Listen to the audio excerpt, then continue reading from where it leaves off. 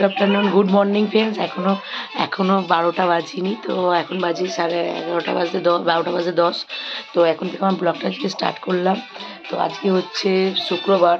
তো আমি সকালবেলা আজকে 9টার সময় উঠেছি। উঠে তারপরে এই যে কাজ করেছি, এখনও কাজ বাকি আছে। আটা ছিল না, আটা আনালাম আগে দিয়ে আটা রুটি করলাম, বেগুন ভাজলাম, আলু ভাজলাম। কালকে তরকারি যা ছিল গরম করে দিয়েছি, হরলিক্স করে দিয়েছি। সবার খাওয়া কমপ্লিট হয়ে গেছে। বাবান্না প্রেসারে সিটি দিয়ে আলু সিদ্ধ দিয়ে ভাত করে মাছ ভেজে দিয়েছি। বাবানেরও খাওয়া হয়ে গেছে, পুচুসোনাকেও খাইয়ে দিলাম। আজকে অনেক দিন পর আমাদের ওখানকার কাকিমার সাথে আর একজন আমার সাথেই মানে পড়তো, ওর সাথে অনেক দিন পর, প্রায় অনেক মাস পর কথা হলো। খুব মনটা এখন ভালো লাগছে। তো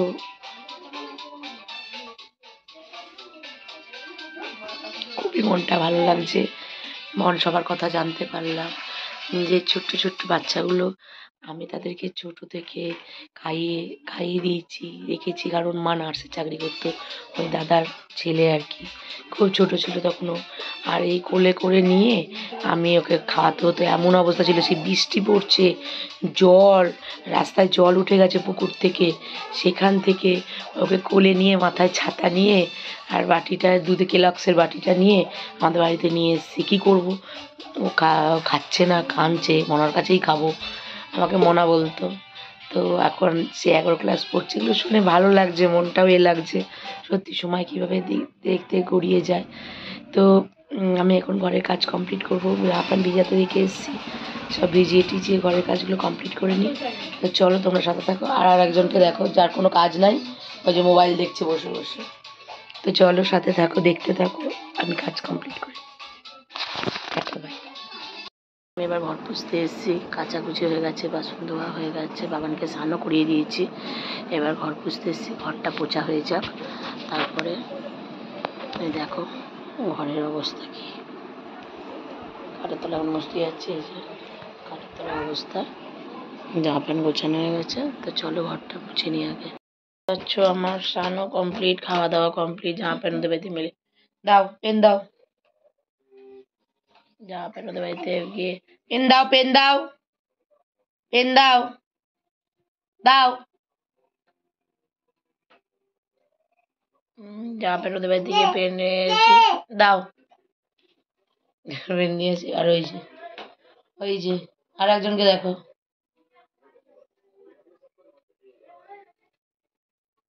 কে এটা, কে দুষ্টুমি করছে এখন? খাতে দাও, দাও, দাও, খারাপ হয়ে যাবে, দাও, দাও, এটা নাও, এটা নাও, এটা নাও, এই যে দাও, দাও। তো চলো,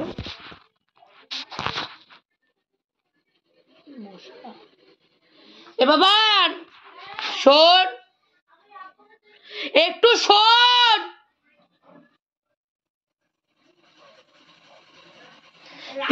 দিদি ঘর থেকে মশার ব্যাগটা নিয়ে তো খুব মশা উঠছে, কানটা বড় করে।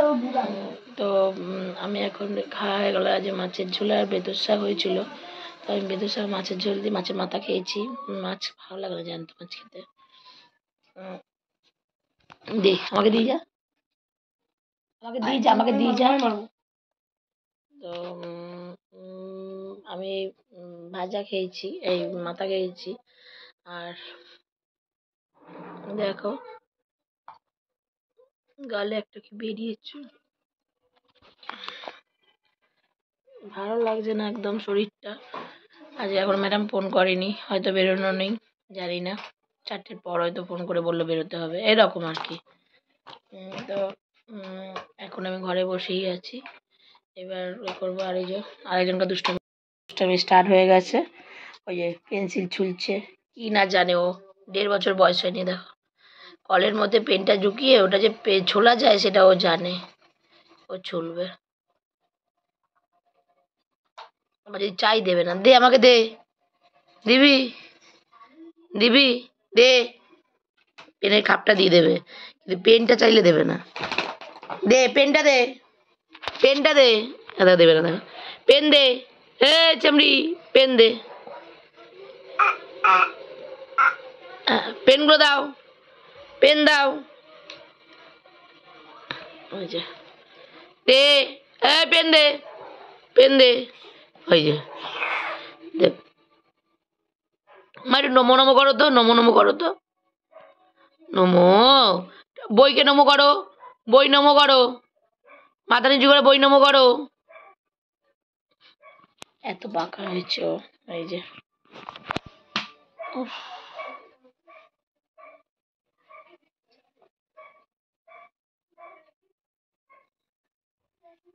দেখতে পাচ্ছে এই যে, আর এই যে ওই ঘরে রামপ্রসাদ চলছে, সব খেতে বসে দেখছে।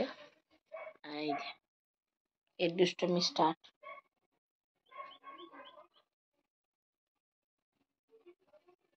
তো চলো সাথে থাকো, দেখতে থাকো।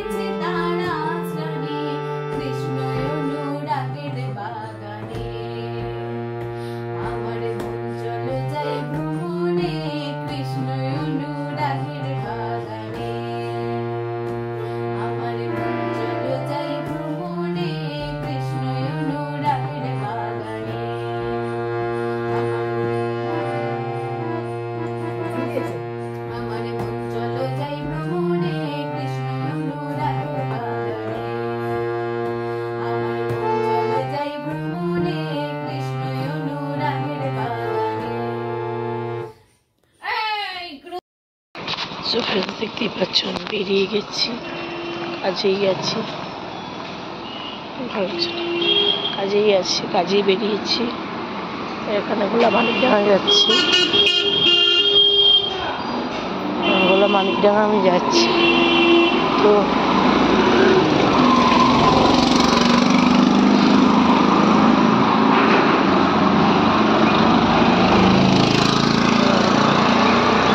ফোন এসছে, আমাকে বেরিয়ে যেতে হয়েছে, এর জন্য দেখো রাস্তা দিয়ে যাচ্ছি, ওই ফোন এসছে, বেরিয়ে গেছে কাজেতে। মানে বেরোনোর ইচ্ছা ছিল, পেটটা ভালো ছিল না, ভালো লাগে না। তো চলো দেখতে পাবো।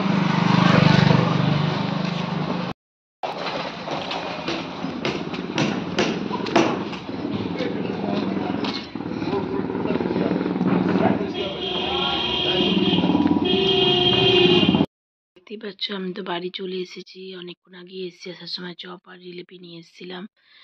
এবার কারণ মুড়ি খাওয়ার জন্য সন্ধ্যাবেলা মুড়িটা সবাই মিলে খেতে খুব ভালো লাগছিল, ওর জন্য নিয়ে এসেছি।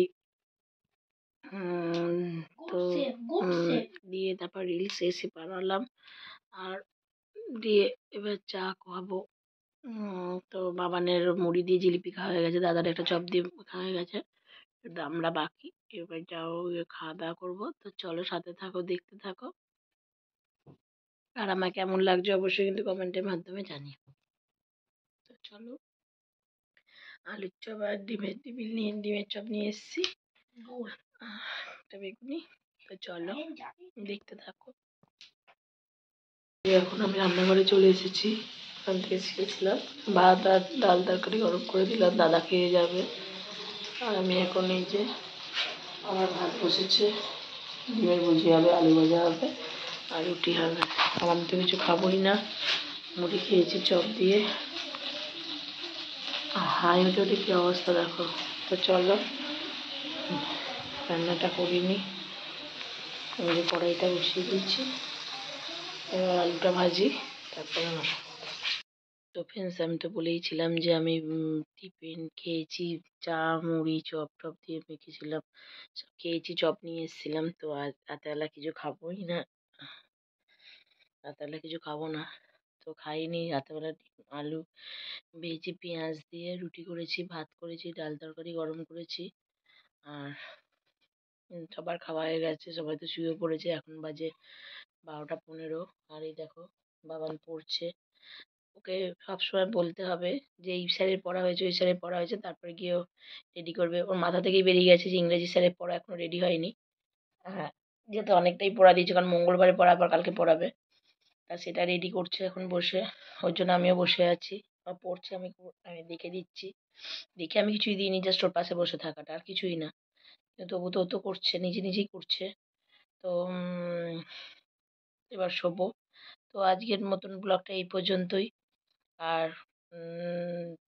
কালকে একটা নতুন ব্লগ নিয়ে আসবো। সবাই ভালো থেকো, সুস্থ থেকো, সাবধানে থেকো, কারণ মানুষ আজ আছে কাল নেই। যেমন বাবানকে পড়ায় যে আম্মা, তার যে ভাসুর, মানে ভাসুরের মেয়ের হাজবেন্ড, অনেক দিন ধরেই তার দুটোর কিডনি ড্যামেজ ছিল, অনেক দিন ধরেই কিডনি নিয়ে সমস্যায় ভুগছিল, অনেক দিন ধরেই ভুগছিল, এবং অনেক দিন ধরেই সেই এই নিয়ে খুব যুদ্ধ করেছে মেয়েটা স্বামীকে বাঁচিয়ে রাখার জন্য। তো আজকে সে, কালকে রাতে সে এক্সপায়ার করে গেছে। তো সেই কারণেই বলছি, মানুষ আজ আছে কাল নেই। মনে কখনো কোনো কিছু রেখো না, যতদিন আছে আনন্দ করে বাঁচো, মন খুলে বাঁচো, আর একটু সাবধানে থেকো। এমন কেউ, কারণ আমার যারা ইউটিউবে সাবস্ক্রাইব বা ফ্রেন্ডস বলতে পারো যারা আছো, বিশেষ করে যারা আমার সাবস্ক্রাইবার, ছেলেরা, আমার দাদারা বা ভাইরা বলো, বন্ধুরা সবাই আছো, তাদেরকে একটা কথা বলবো, এমনকি মেয়েদেরকেও বলতে চাই, তোমরা সবাই বাঁচো, মন খুলে বাঁচো, মনের মধ্যে কখনো হিংসা বা কিছু রেখো না, কারণ মানুষের প্রাণ আজ আছে কাল নেই। এই যে যে মারা গেল, তার তো একটা ছোট ছেলে আছে, সে তো চলে গেল, এখন যুদ্ধটা করতে হবে তার মাকে। তাই বলছি যে মানুষ মানুষ আজ আছে কাল নেই, নিঃশ্বাসে কখনো বিশ্বাস নেই। আজকে ঘুমাচ্ছি, কাল সকালবেলা যে সকালটা যে দেখবো এটাও আমি জানি না। তবুও আমি বলবো সবাই ভালোভাবে বাঁচো এবং সাবধানে বাঁচো। আর কিছু কথা বলি, যে এমন কিছু খাবার বা কিছু জিনিস করো না যাতে শরীরে কোনো রকম রোগ দানা বাঁধে, এমন কিছু হয় যার ফলে বাড়ির লোক সাফার করে। একটা কথা কি জানো তো, কষ্টটা তো নিজেকে পেতে হয় অবশ্যই, কিন্তু যখন কেউ চলে যায় তারপরে যাদেরকে রেখে দিয়ে যায় তাদের যে কি অবস্থা হয় সেটা শুধুমাত্র আমি জানি, আমি ফিল করতে পারি, এবং আমি যেহেতু ওই রাস্তাটা দিয়ে গেছি বা যাচ্ছি আজও পর্যন্ত, সেটা আমি বলতে পারবো।